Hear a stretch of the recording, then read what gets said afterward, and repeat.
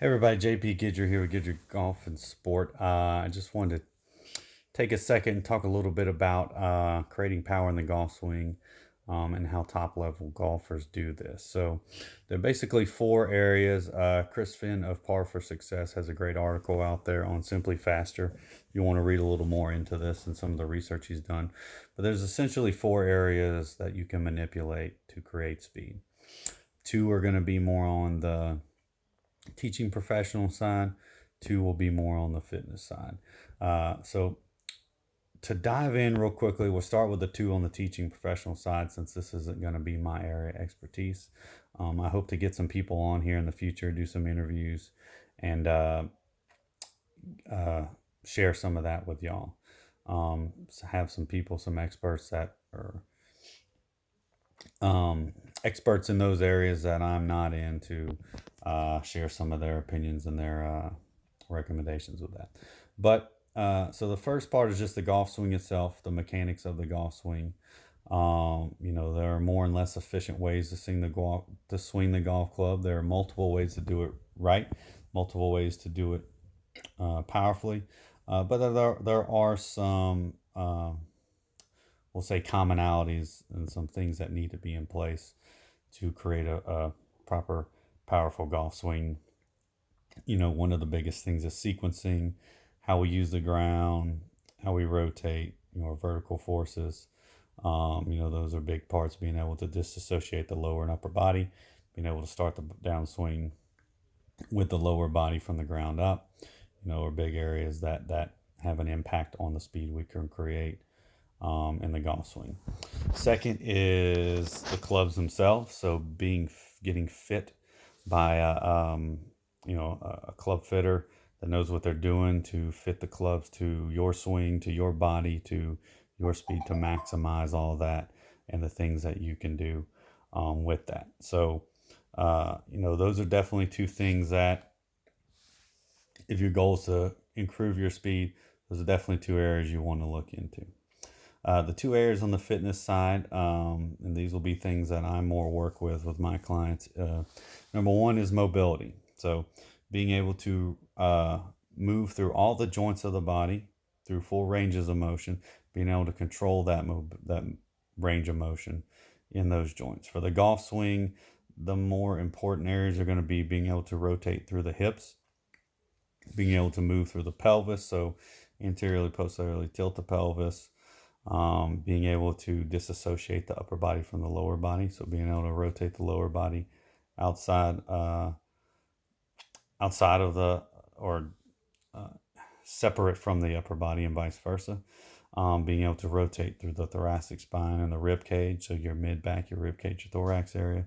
Being able to rotate and move well through the shoulders, and as well as ankle mobility, especially ankle dorsiflexion, which is the movement of your foot up towards you, and how we use the ground. So maximizing mobility in those areas is an important thing and for golfers to work on. Lastly, but I think the most important thing, the thing I'm probably going to talk on the most today, is strength and power development. So this is the biggest area I think as fitness professionals that we can have an effect on and improve on in golfers of all ages and all levels. Um, it all starts with building a solid strength base. We need to be able to be strong in the squat movements, the lunge movements, the deadlift movements. We need to be able to press, bench press, overhead press. We need to be able to pull rows, pull ups, pull downs. All areas that we need to have at least a solid strength base. Do we need to be power lifters? No. I have some standards that might be a little higher than some other coaches. Not everybody gets to those standards, and that's okay. But I think that's golfers especially, but a lot of human beings just lack the strength, and can always improve in those areas.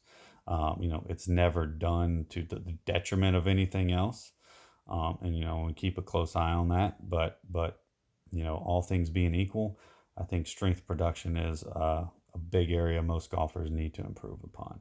And so what that means is working in kind of lower rep range, 4 to 6, 4 to 8 reps, maybe 3 to 5 sets, working in the big compound movements, your squats, your lunges, your deadlifts, your bench press, uh, dumbbell barbell versions, overhead press, dumbbell barbell versions, row variations, pull-ups, pull-down variations, and getting strong in those areas, in those movements.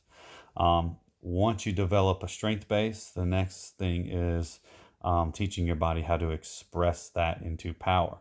And so what we do with that is you're going to go a little lighter weight.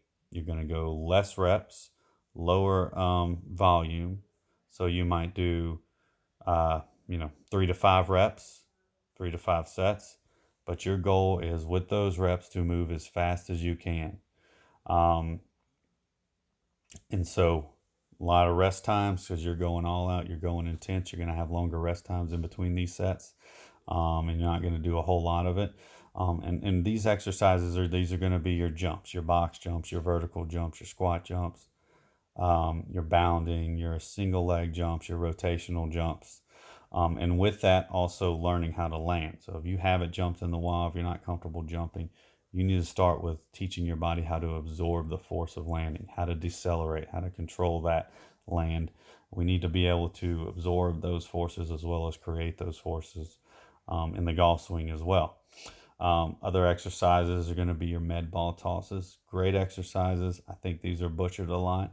If you're doing med ball, especially rotational tosses, your focus should be on using your lower body, using the ground to create and to propel that medicine ball. Med ball slams, your intent should be to throw the ball through the wall, through the floor. You're trying to create as much force with that ball as you can.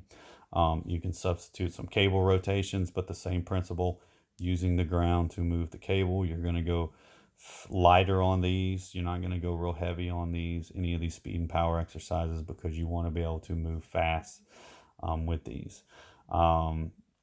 For your advanced lifters, you can do some Olympic lift variations. These are going to be your snatch and cleans and the derivatives of those.